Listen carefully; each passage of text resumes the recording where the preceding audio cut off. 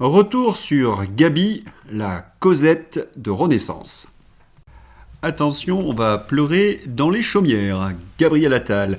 Les combats politiques que je mène ne sortent pas de nulle part. Ils viennent de mon vécu. Le quotidien de ma mère pour nous élever seuls, le harcèlement scolaire que j'ai subi adolescent, les inégalités entre les femmes et les hommes, blablabla et blablabla. Cosette, qui a vécu dans le 13e arrondissement de Paris et à l'école alsacienne. Ça a bien changé, Victor Hugo. Ça y est, c'est parti, la campagne électorale présidentielle de 2027 est lancée, avec Gabriel Attal mise en orbite par les médias. Et comme je ne cesse de le répéter, une campagne électorale se gagne désormais dans Paris Match et Gala.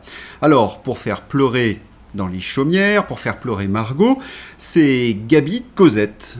On se pince, on parle bien du même, on parle bien de Gabi Bildenberg, le pistonné, et d'un seul coup, tout s'éclaire. Les communicants ont forgé ce mauvais compte pour gommer justement l'image de Gabi le pistonné.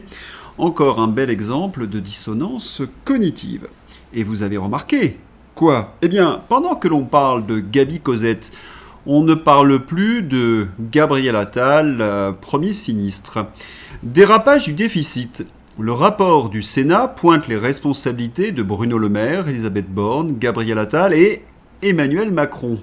En 2024, Bruno Le Maire, Gabriel Attal et Emmanuel Macron sont responsables de ne pas avoir fait le PLFR à l'approche des européennes. Les conclusions du rapport d'information du Sénat sur le dérapage du déficit public sont sans appel. Irresponsabilité budgétaire, double discours, un attentisme et une inaction dommageables, mystification, sentiment général d'irresponsabilité et de déni collectif. Les mots sont durs pour les gouvernements précédents. Et il faut peut-être contextualiser pour bien comprendre pourquoi Attal et Macron ont refusé de faire un PLFR, c'est-à-dire un projet de loi de finances rectificative. Parce qu'ils auraient dû avouer qu'ils avaient maquillé ni plus ni moins les comptes publics pour les cacher à la veille d'élections cruciales, les européennes, puis les législatives. Voilà ce que c'est qu'Attal, c'est de faire passer son intérêt politique avant celui de la nation. Et on ne sera pas étonné que ses petits camarades continuent de faire de même.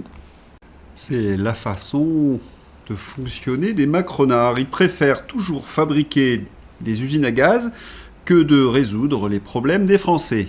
La raison ?